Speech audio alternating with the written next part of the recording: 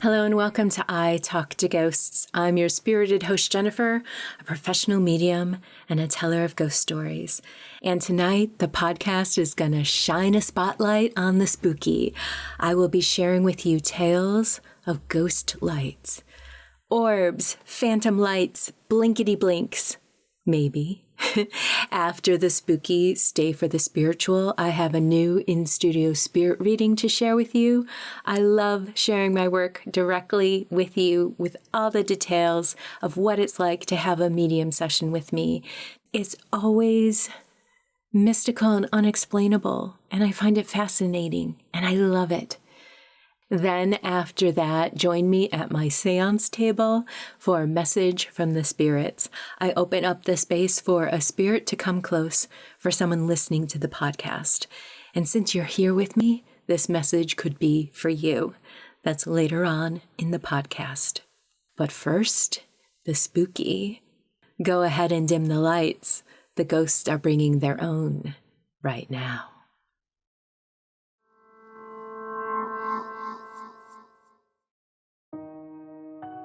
I was deep in the woods and camping alone.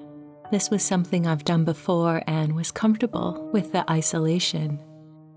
There was something peaceful about it, being just me and the wilderness. That night, though, something happened that I still cannot explain. I had set up my tent beside a quiet stream, the kind of place that made you feel like you were the only person left on Earth.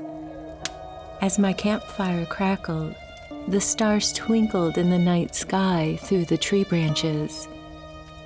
After a few moments of enjoying my evening, I noticed a faint glow in between the trees. At first, I thought it was my eyes playing tricks on me. Maybe it was the reflection of moonlight on damp leaves. But then it moved, almost deliberately. It was a soft orb of pale greenish-white light, and it was floating just above the forest floor. I froze, watching it drift between the tree trunks, weaving through the undergrowth without a sound. My first thought was that it was another camper with a lantern, but it was too smooth, too ethereal. It didn't bob with footsteps. It glided. I whispered into the darkness, "Hello?" The light paused, as if it had heard me. Then it shifted, closer. Every hair on my body stood on end. There was no fear at first, just awe. It was beautiful, like something out of a dream. But then, the air around me grew heavy, thick with a damp cold that didn't belong on a mild summer night. My chest tightened with a kind of dread. I just couldn't explain it. The light flickered, and then there were two. A second orb appeared beside the first, both hovering silently, side by side. They drifted towards me slowly. I took a step back, my instincts finally screaming louder than my fascination. My foot snapped a twig, and the lights blinked out, just like that. The forest fell deathly still. I stood there, heart pounding, waiting, listening. Nothing moved, but the feeling remained like eyes in the dark. I couldn't sleep that night, and at dawn, I packed up and left. I'll never forget those lights. They were otherworldly, and ultimately creepy.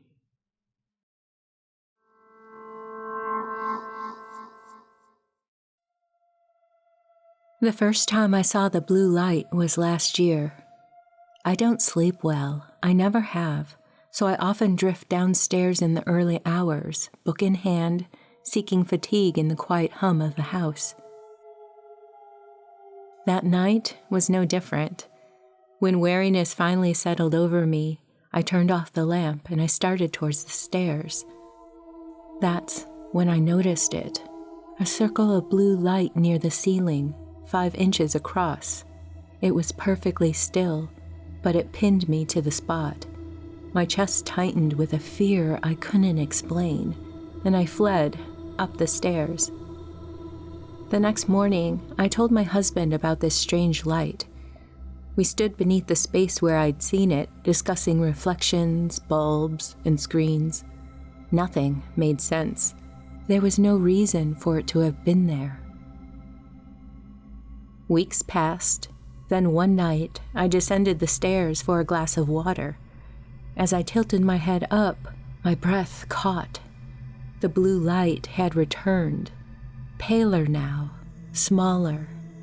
Again, it didn't move. I forced myself to continue. I got my drink of water, and on my way back, I dared look up once more. It was gone. My husband and I spent some time the next evening hunting for answers. We dimmed lamps, adjusted curtains, tested flashlights and phones. Each attempt only amplified the strangeness of it. Nothing explained that blue light. And then last night, it escalated. I had drifted off to sleep on the couch, cocooned in restless sleep. When I awoke, I started back up the stairs. Halfway up, something made me glance towards the living room. The air had turned blue. Not a patch, not a circle. The room itself. A suffocating, saturated blue swallowed everything. Walls, furniture, shadows. This was not the flicker of passing sirens or streetlights. It was not headlights or screens. It was a blue light that bled from out of nowhere. We lived in this house for 18 months. Before us, an old woman had called it home for decades. We had been told the wiring was new, but it betrayed us constantly. Lights flickered, outlets died, circuits tripped for no reason. Small things vanish and reappear in strange places. Bells chime faintly in rooms we're not in. But this blue light, it's the worst, because it feels like something is watching.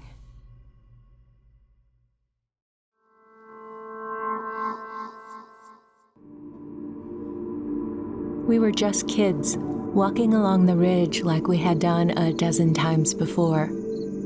It was past midnight, the kind of summer night where the air was thick and still, but the crickets never stopped.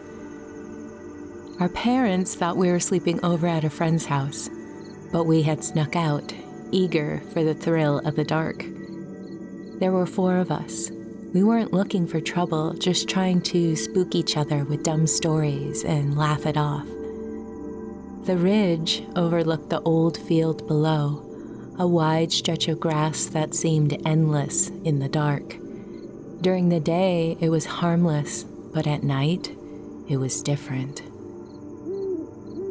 The shadows were longer, and the silence was louder. We were halfway along the ridge when one of us stopped suddenly. Someone whispered, "Hey, what's that?" pointing down into the field. We all looked. There was a light down there, moving slowly. It was faint, flickering, like an old lantern. At first, we thought it was just a farmer or some guy from town. But who would be out there at this hour? One of us, always the loud one, cupped their hands around their mouth and shouted down, "Hey, you lost down there?" We laughed, but it was forced. Something about that light made my stomach turn to knots. And the light stopped moving when the shout echoed. It just stopped. Then it changed direction, coming towards us. The laughter died. We all went quiet. The light picked up speed, swaying faster as it cut across the field. It wasn't walking anymore. It was gliding, too smooth, too quick. And there was this sound, a faint whispering, like wind through dead grass. but there was no wind. Someone grabbed my arm. "Let's go," they hissed. Their voice trembled. None of us argued. We turned and bolted along the ridge. I didn't look back, but I could feel it, that light, closing the distance. My chest burned as I ran, heart hammering in my ears. When we finally reached the edge of the woods, we hid behind the last of the trees and then peeked back through the branches. The light was gone. From what we could see, the field was empty, silent. We never spoke about it after that night and stopped sneaking out for our midnight walks. But sometimes, when I pass that ridge alone, I swear I still see that flickering glow moving through the field.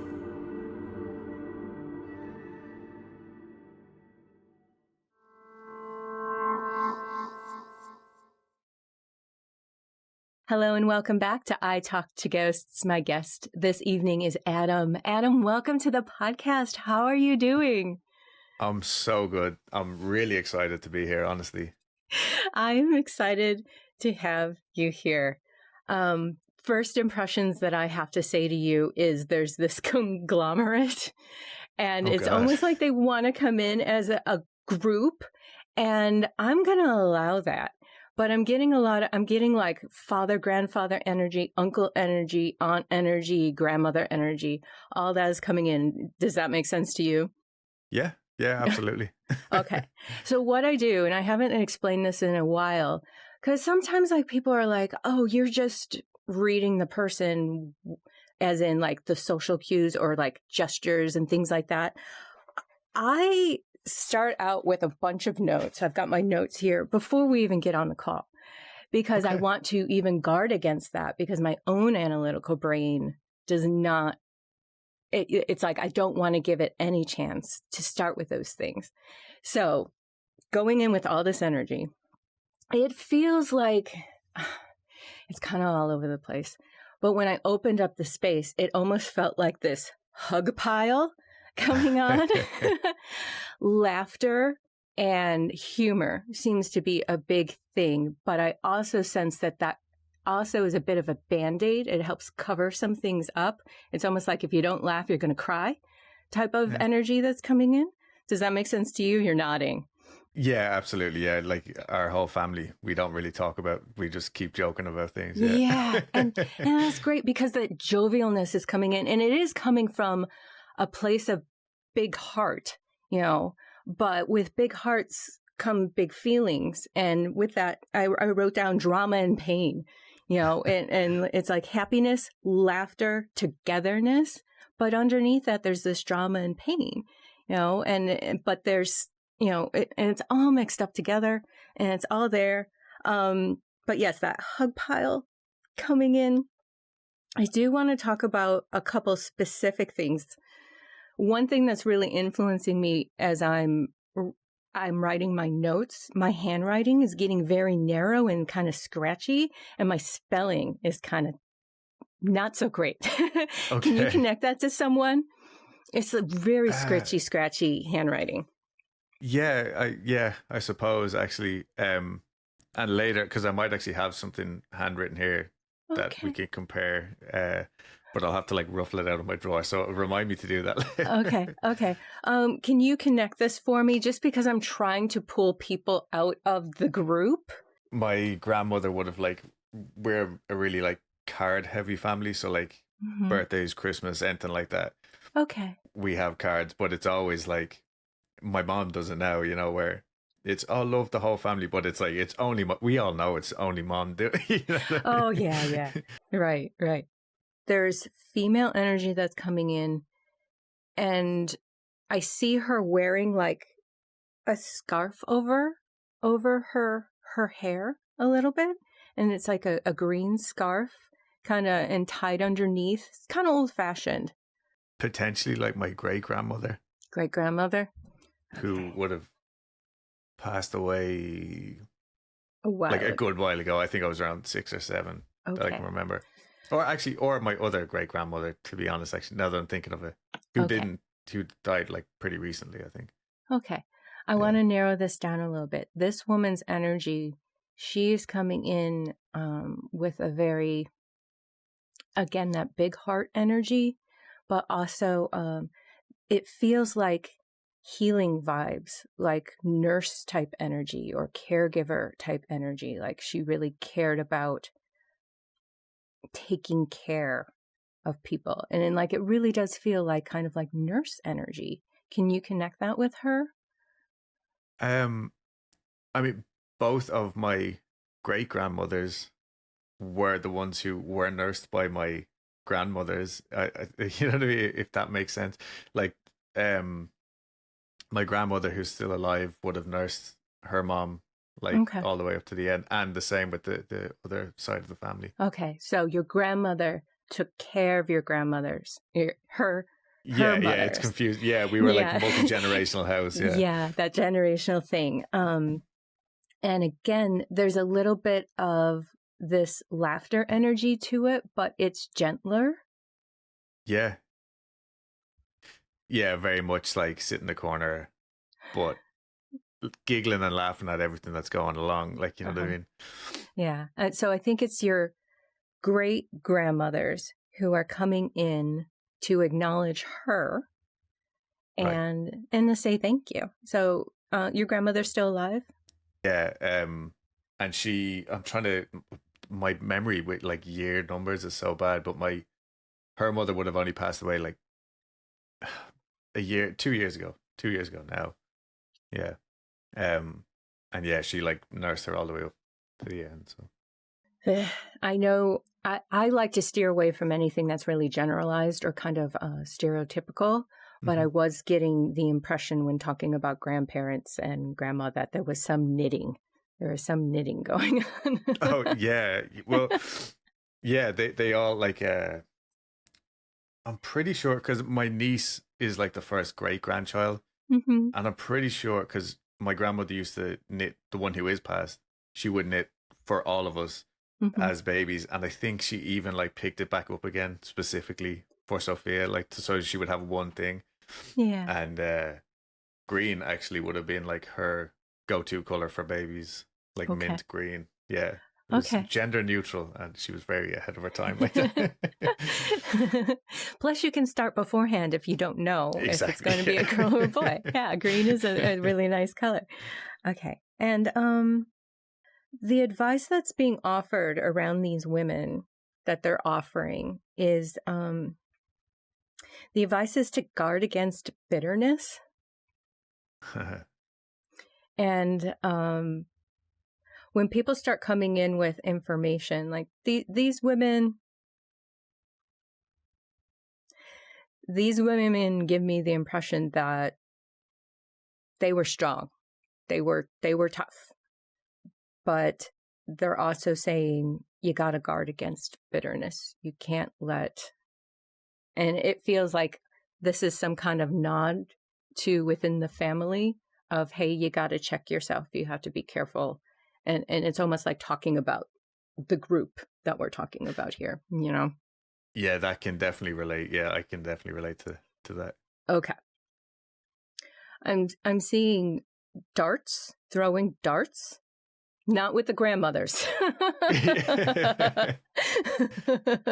Darts, not so much that I would have known, but definitely like pool hall vibes. Oh yeah, you know what I mean? Pool hall darts, like I've got like pool and billiards written down. Okay, interesting, because it's snooker is what we play. And okay, no, don't get ahead of me. I'm seeing like a croquette-sized ball type of thing. That's really specific because so the snooker balls are bigger than pool balls, but it's played on a similar type. Like it would look like pool to anybody who didn't know what snooker was. You know what I mean? So the balls are bigger. So that's really interesting. That would have been my grandfather won like prizes for like in the local tournaments and stuff like that for snooker. So there's some pride coming in with that.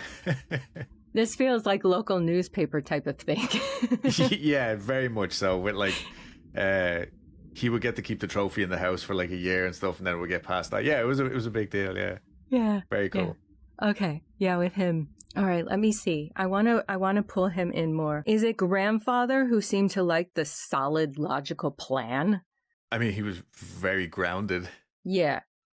Yeah, like I suppose you could say that in the sense that the women of the family who were a lot more like me, like I'd be very like close with them. Well, I'm close with them all, but like I was raised by women. They would be a lot more open with like just emotion in general, whereas he was just like black and white. Yeah. We have to move on, or you know what I mean? And that's that. So yeah. Almost like, why are we still talking about this? Yes, absolutely.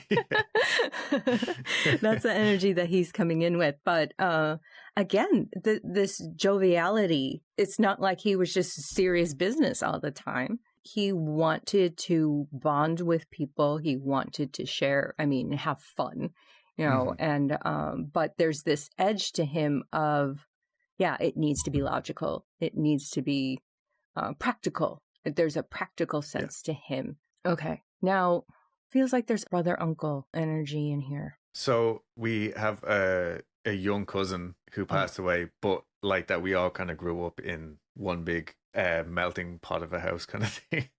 I do want to talk about cousin, but first there seems to be this older energy that feels it's coming in a little rougher.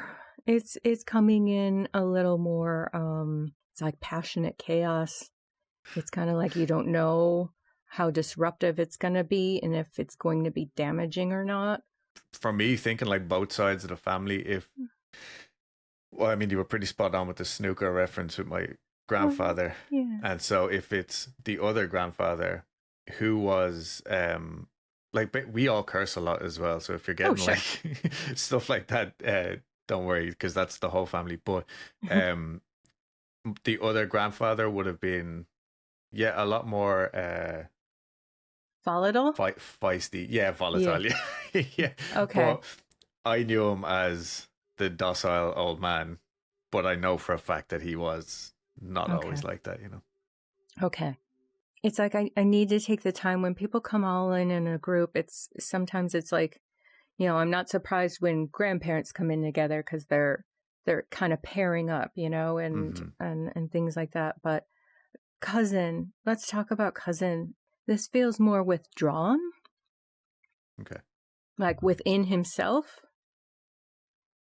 Right. And also, it feels like either his environment was very dramatic or he was part of that drama, but ultimately he wasn't good at sharing it.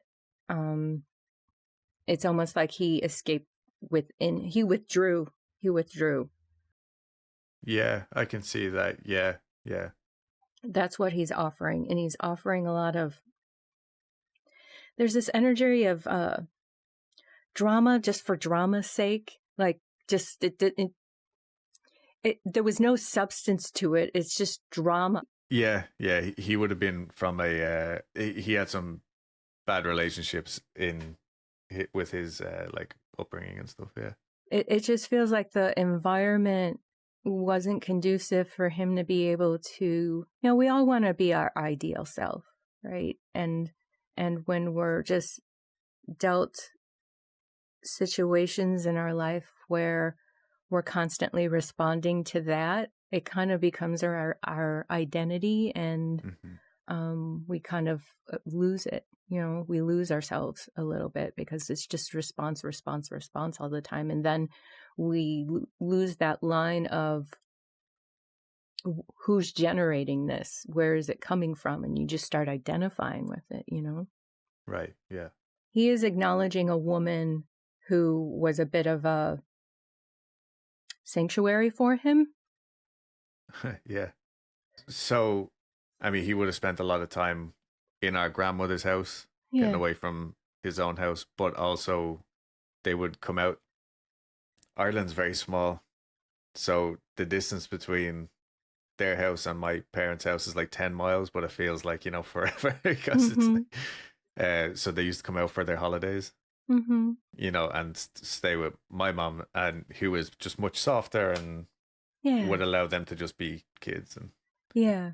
yeah, Like he definitely wants to bring that in and acknowledge that. All right. I do want to talk about this thread of escapism that seems to be very prevalent. I can't say the word. That seems to be very prevalent.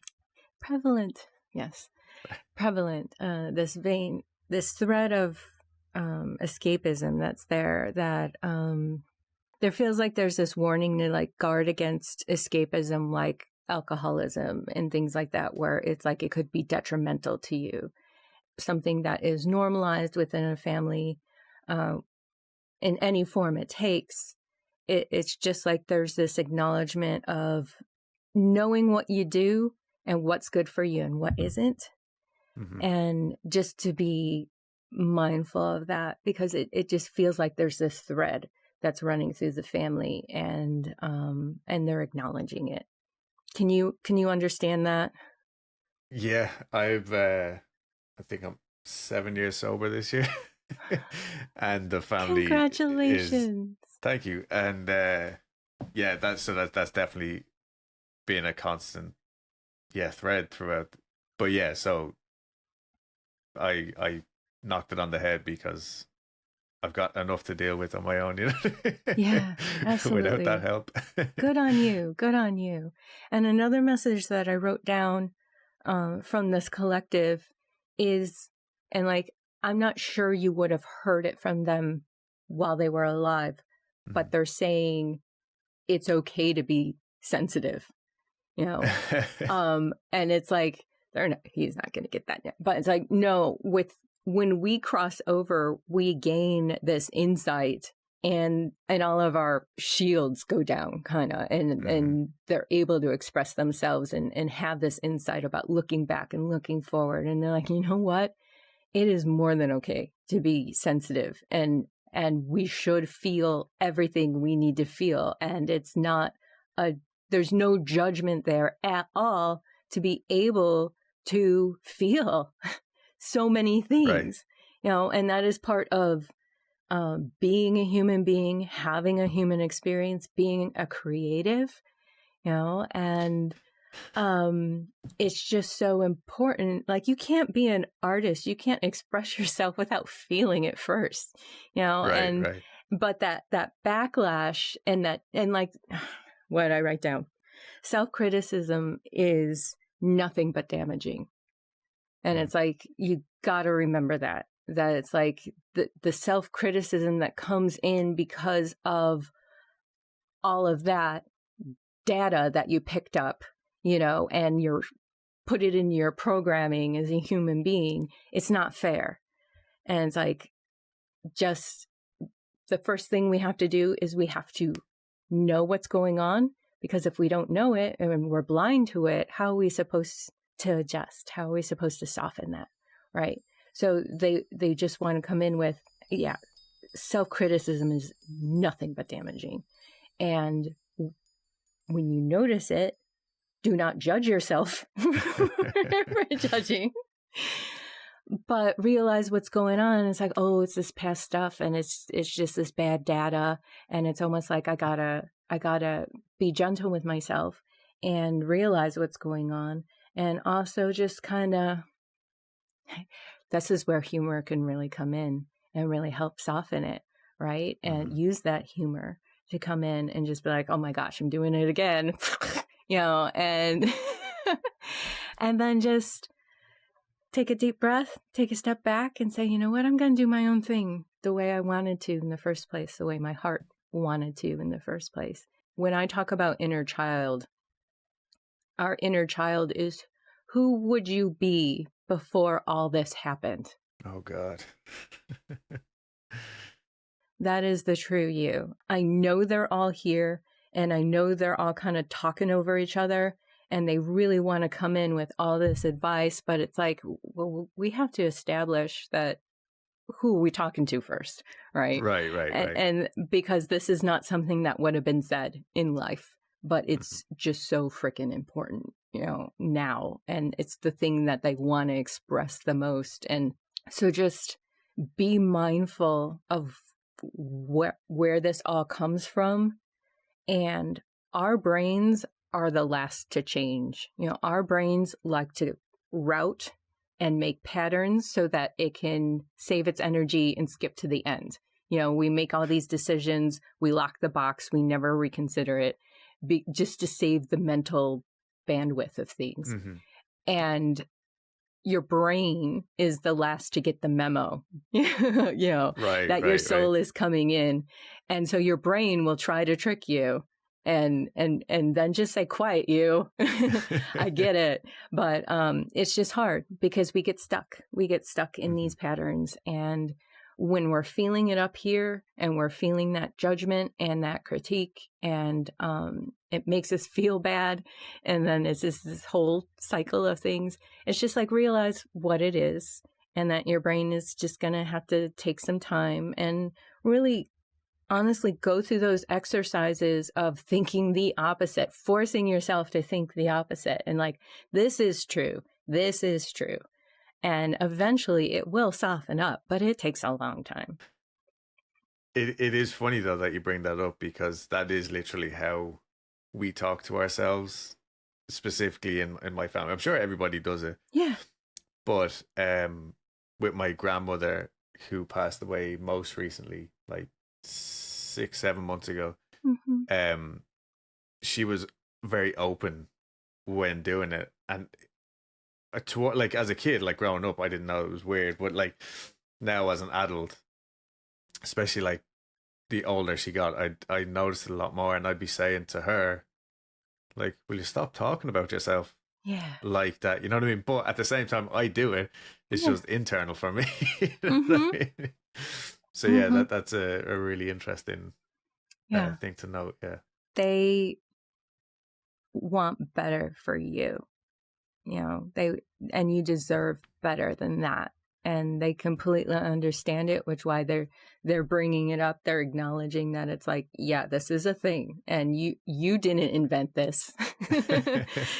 This was not your idea. It's something you were immersed in, and they know it's not right, and they know you deserve better, and they want better for you. Continue to just be gentle with yourself, and you're doing the right things. You are, but it's just, it can snag us. It can snag us really hard. And I really applaud you for examining it, because a lot of people just run screaming, or they're just like, no, this is how it is. And they can't get over the thought process, nor can they see that this isn't theirs to identify with. They're like, no, this is me, and I can't fix it. And it's like, oh, you're giving away your power there, resigning yourself to it. Like, I'm laughing because it's like, wow, this got deep really quick. No, I'm here for it. It's like we've been chatting for a half hour, and here I am just going through the underwear drawer. I'm totally open. I like this kind of thing. Yeah. It's also interesting because I was the one, like, I'd be very open with specifically those grandparents who passed away. I grew up with them, literally lived in their house for a few years, but I would be the one, like, when I started going to therapy and stuff like that, rather than it being like this weird, awkward thing in the corner, I would just say, like, hey, this is what I'm doing this week. But my grandmother loved it. She was like, that's great. Like, I could see her going, like, I wish I had something like that. Yeah. And for my grandfather, it was like, well, I guess this is a thing that men do now. So, you know what I mean? But no, like, very supportive. It was just like, totally otherworldly to them at the time. So stuff like this, I would be, specifically with them, I would have been like talking about quite a lot. Yeah. As you're talking about it, they're bringing up mental burdens that they had. Like with your grandfather, it feels like, I don't know how well he slept. The mental machine was constantly going. That is interesting because he was, after we lost my younger cousin, my grandparents, like, it was game over for them. It was like 7 years, and they just, sleep wasn't a thing for either of them. So that's interesting. And they would just be up at all hours in the morning. And then when he did get sick, he didn't tell anybody. So he just said, like, no, I'm just going to ride this out. Like, didn't tell anybody until it was far too late. So yeah, there was like that specific batch of time where like sleep just wasn't really a thing for them either. Yeah. So. I did write a couple messages down for you from the collective, but before I get to that, I wanted to check in with you. Was there anyone you were hoping that would come in that hasn't come in yet? I know it's kind of been this big glob of family. But yeah, I want to check in with you. So I'll give you the rundown. This time last year, I was back in Houston, but the day after Christmas is when I got the call because my grandfather they were like, oh, turns out he's, terminal, but he didn't tell anybody. So Sure. like, come on home. I was lucky enough to spend like 2 solid weeks there. Then I came back, but then he passed away in February, which we all knew was going to happen. So went back over for that. But then in May, his wife passed away. And that was like total shock to us all. Nobody expected it. She was such a quiet woman in life. I've kind of been expecting what happened to happen, that like all of these other people would come in, like say with the older women with the headscarves and stuff, like that would have been her mom, I'm assuming, or her aunties and stuff, because that's how they would have dressed. But yeah, so my grandmother, who passed away in May, I was wondering if she would have come through because she's so quiet, timid. But also I've had like really, really weird dreams that she was annoyed with me for some reason. And I can't figure it out because never in life would that have happened. Like, you know what I mean? Well, first, it could just be your subconscious chewing on something, right? Right. But I want to see. And like, I think I mentioned earlier on that she's coming in with this gentler energy, right? Did she ever do like this to you? Like, oh, like put her hands on your face? That's so weird. Yeah. Because that's what she wants to do to you now. She like wants to put her hands on your face and be like, it is okay. It is okay. And not to worry. She's telling you not to worry. And worry is just such a damaging energy to have. And she just wants to put her hands on your face and give you this kiss and tell you that she loves you and that you're perfect and not to worry. Don't worry. And she wants to soften things for you. But yeah, she's just That's really funny because that's literally what she would do.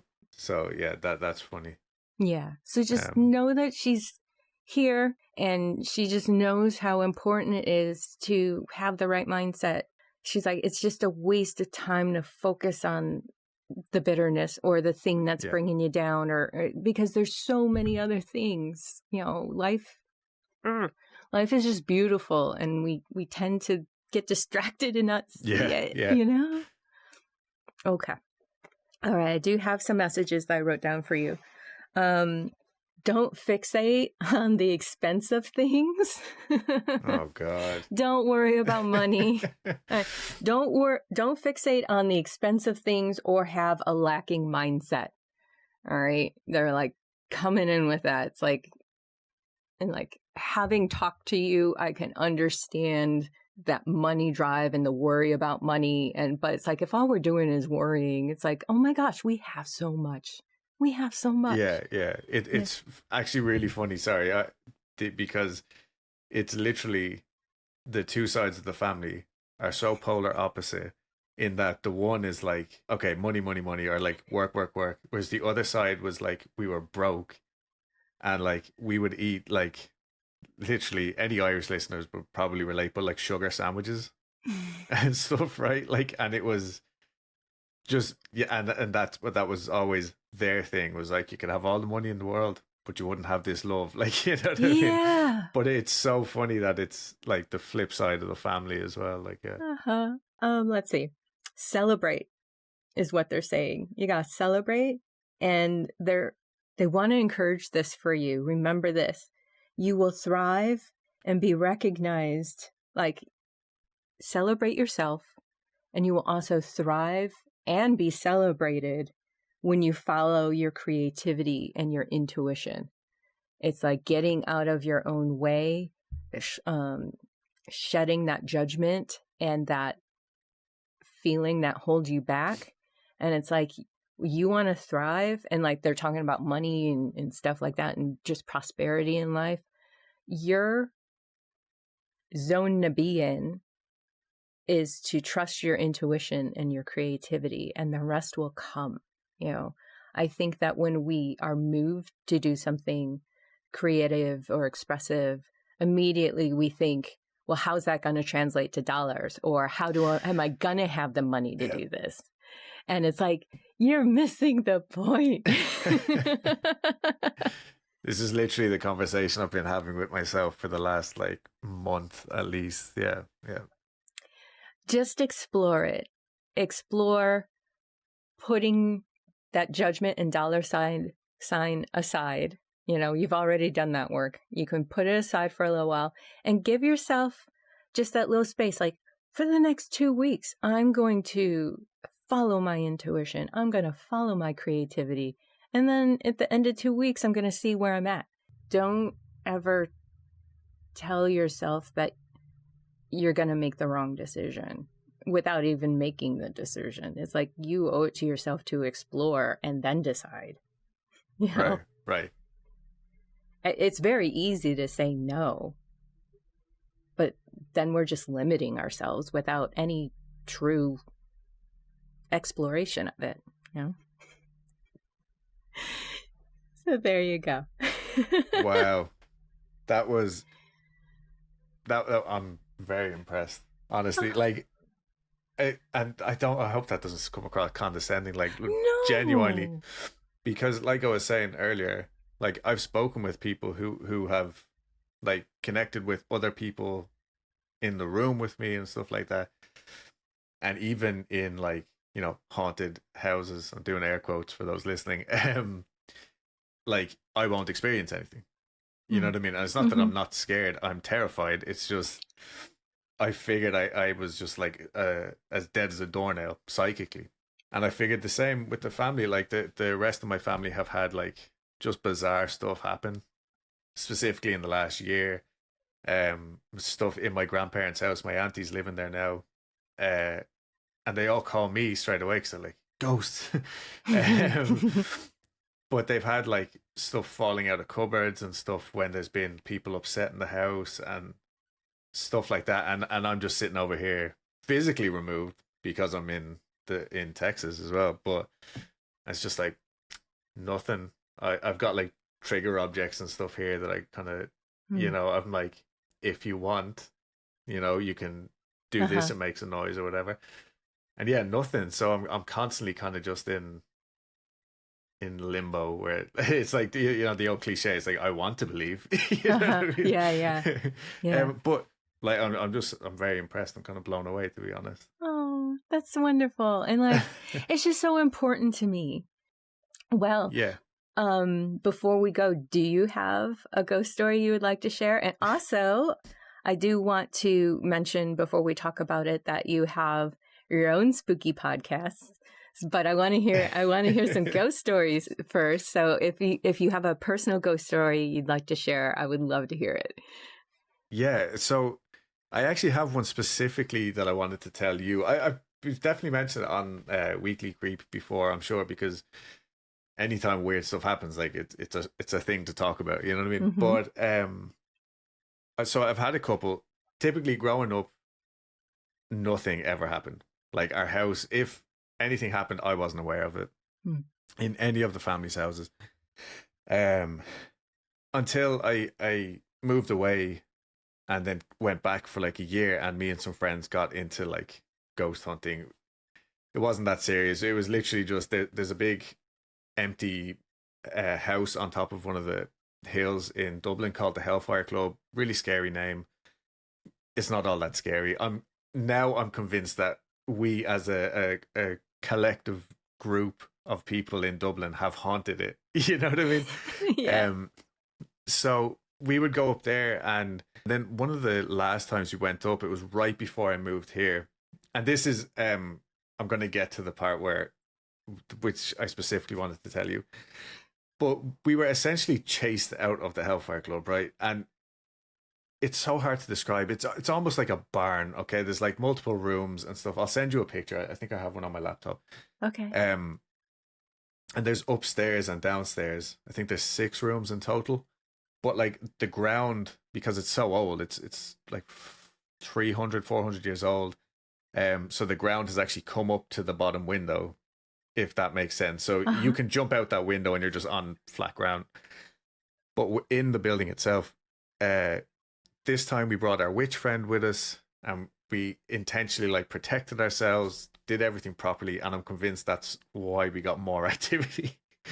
But we went in, and me and my friend's now wife went into one room. So we were going from room to room, just making sure it was empty. And we walked into the room at the back, me and my friend, and we both heard this at the exact same time, and it was a hiss. Like, and I'm talking like louder than a cat, extremely real, vivid, and like it's hard to even describe because there's a big open window at the back, but this sounded like it came from in front of the window. Like it was almost like a 3D experience. Like it was so bizarre. But our reaction was even weirder because we just looked at each other and we were like, we heard that, right? And we're like, yep. But we just went and we checked, looked literally for cats, all this kind of stuff, and nothing. And I've texted her so many times now since then, being like, we experienced that, didn't we? And she'd be like, yeah, weird. And then we just move on again. So we decided we would start that night in that little tiny room. And the entire time we were there, we were just on edge. But we heard the sound of a person just like existing, like just their feet just like making minute movements and stuff like that, where we were all kind of looking at this one spot by the door. And it got to the point where we were like, okay, well, it feels like this thing is out here. So we would go out there, and then we would hear noises in the room next to us. So we went to that room, and then the next room. And when we were in the last room upstairs, we started hearing what sounded like bowling balls, like rolling back and forth downstairs beneath us, like where there is like there's walls in the way. You know what I mean? Like they couldn't have physically gone. So it's like like moving furniture or bowling balls. It's the only thing I can think of. So at this point, we're like, oh, this is those kids. Like they're definitely just messing with us or something because, you know, whatever. So we run downstairs to try and figure it out. And eventually we end up outside looking back at the house or the Hellfire Club. And it was kind of at that point when we were like, this thing just literally chased us out or got us to follow it outside. It was like, we're not supposed to be here. And everything just felt so weird. Like I've never had an experience before or since that felt like this, but like all of us started getting really angry at my other, the other male friend who was there. And we were like, I mean, it's nothing new for us to give him a hard time, but we were like actually angry at him. And he would make suggestions. We'd be like, no, Carl, like, what are you talking about? Like, really aggressive. Like, and at that point we were like with our back, it's a gorgeous view. That's why most people go up there, because it's the whole of Dublin is just like burning away behind you. But we had our backs to the city and we're just looking at the house, kind of like going like, what is happening with us? And at that point I see like a big shadow figure with a red eye. Again, the more I tell the story, the crazier it sounds. And it literally just passed by the window as if it had been looking at us the whole time. And I just caught it as it was moving away. And I like, you know, hair on it, like blood ran cold. I was like, that's it. We're done. Like we have to go. We have to go. My friend Carl, who we're also angry with, he convinced us to stay, but he couldn't get us to go back inside the house. I think one of the other girls then claimed that she saw something in one of the windows as well. I'm like really skeptical, even like of my own stuff. So I'm like, I'm sure she did experience it. I didn't. So we checked the two kind of outbuildings and weird stuff was happening again. You know, just again, weird noises from inside the building where we knew that there was no. So with that, Carl, who we were also angry with, as we were leaving, he had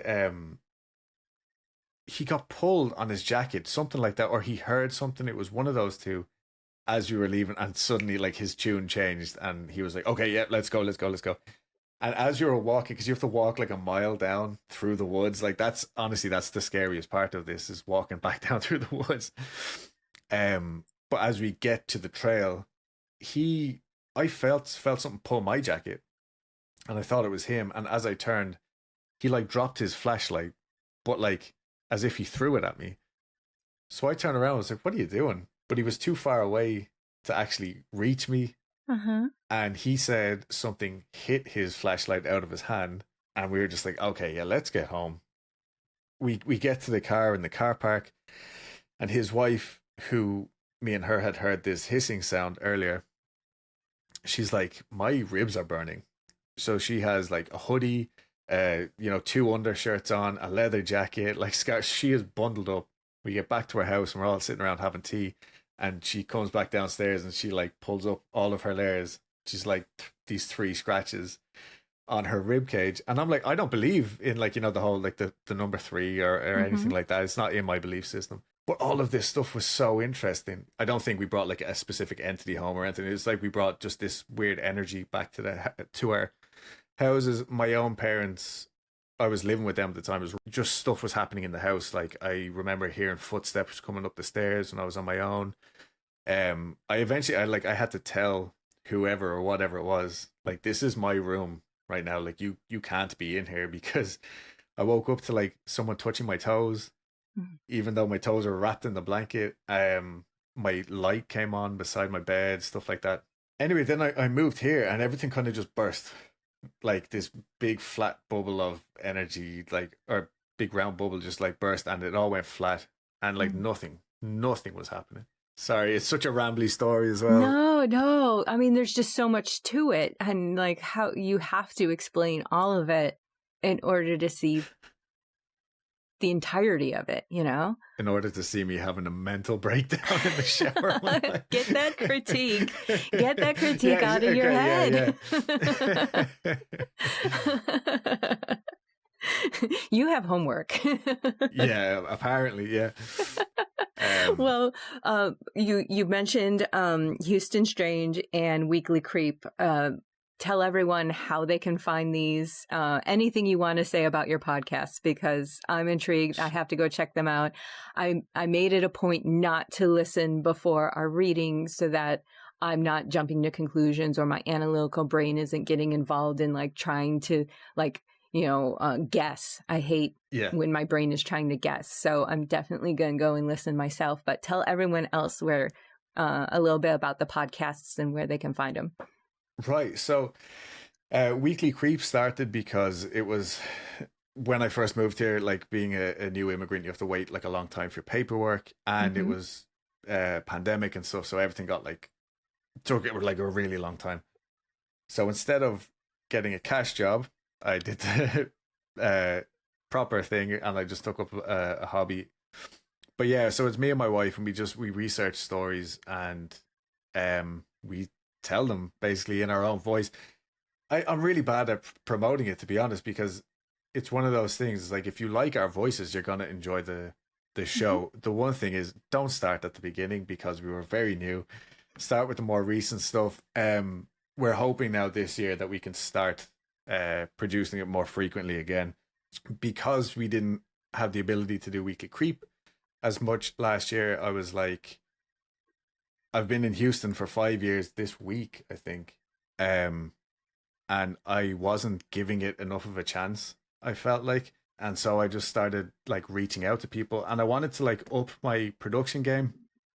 That probably sounds really highfalutin. It's not. Like, I just wanted to try something different than the conversational back and forth podcast. So it's more like documentary style. Like Sure. I go and actually interview people, get their stories, and then I come back here and I start playing with crazy, silly little instruments that I have. I think I must have put them away.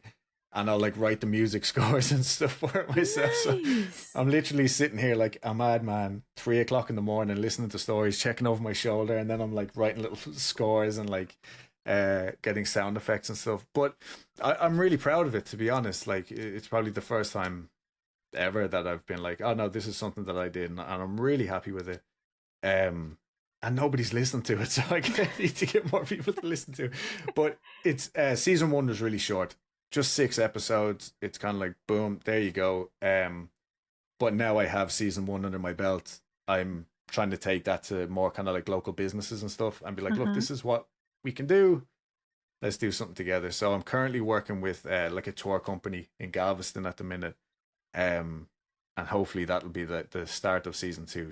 There's some crazy stories down there, and Nice. again, I'm just sampling different parts of the city now as well. So it's a purely selfish act, you know. Oh no. I love hearing about like just the need to like creatively do things, and like that's why I started I Talk to Ghosts, because I really missed having that podcast outlet, and I wanted to tell ghost stories and just have that outlet and to be able to express yourself in that way. It's not something we should ever self-dismiss. It's just necessary. So your podcast can be found like on Apple Podcasts and Spotify and everything like that.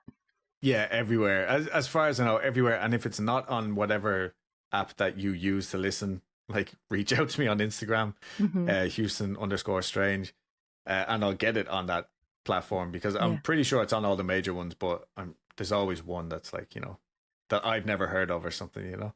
Yeah. And I'll make sure to put the links in my show notes as well, so people can just look at my show notes and click and find it. And yay, awesome. Great. Thank you so much. This has been so fantastic. The spookiness and the reading, and just when I do readings for someone that like I really don't know, all of a sudden I feel like I got a crash course in their life. Like I felt all of it and like shared it with you. And I'm so thankful to know you and that you reached out to get a reading. And I just feel like this is amazing. This is a friendship now. So thank you for that. Yes, this is it though. This is it. And I keep telling people like but like the biggest thing out of the podcast is the relationships that have formed from it. And like that, for me, like that's my level of success now. I'm like, no, and I'm very happy with it as well, you know? Absolutely. So yes, absolutely. And it was also funny that I was listening to your podcast, and like, not passively is not the right word, but I remember seeing, like I've never seen this one before, listening to a few episodes just to be like, hey, I could reach out to this person. Like they seem cool, whatever. That's so cool. Yeah, thank you so much for having me on as well. Yeah, absolutely. Well, you know, I tell everyone I get invested, and it's not lip service at all. I really mean it. And so let's keep in touch, and thank you for everything. And I want everyone to go check out Houston Strange and Weekly Creep. Thank you so much. Yeah, right on.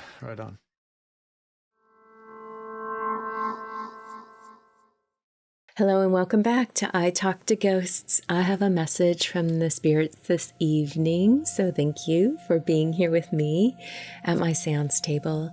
Tonight as I work, I have with me Yarrow. Yarrow is wonderful for frequencies of love, protection, drawing in positive attention, and it's also wonderful to work with for psychic energies. That is Yarrow. There is a woman connecting with me. I'm immediately seeing her comfy red couch, and there's pillows on it. It feels like this was her favorite space to be, whether she was reading or watching TV. Yes, reading was always important. She had a couple books in rotation at all times.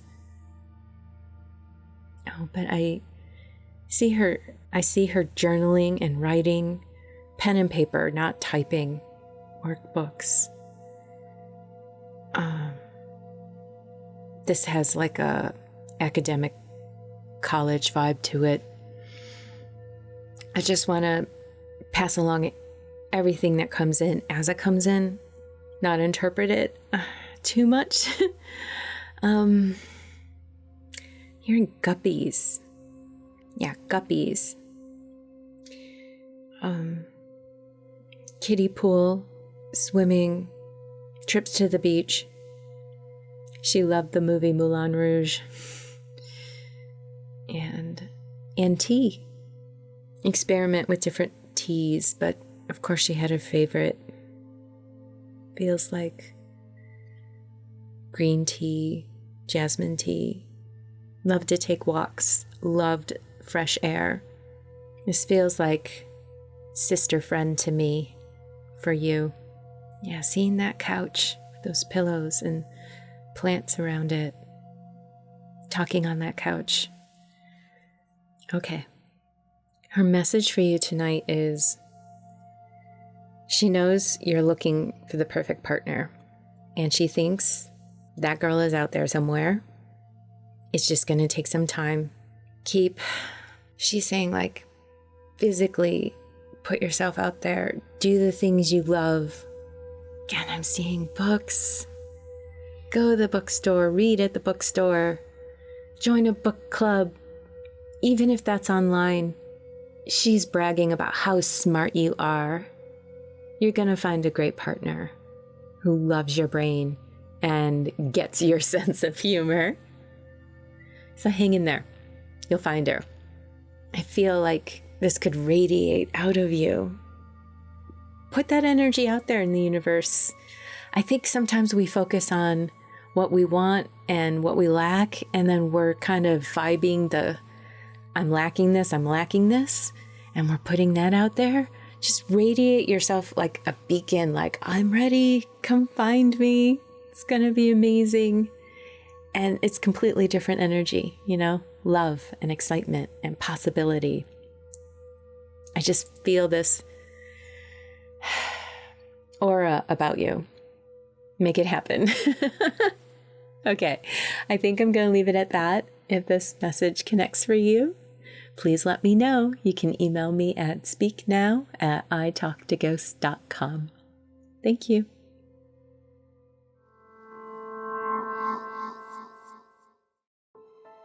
Are you enjoying the podcast? Please leave a kind review or share it with a friend. These small actions take only a few moments, but they immensely help support the podcast. Thank you for supporting my work and the podcast.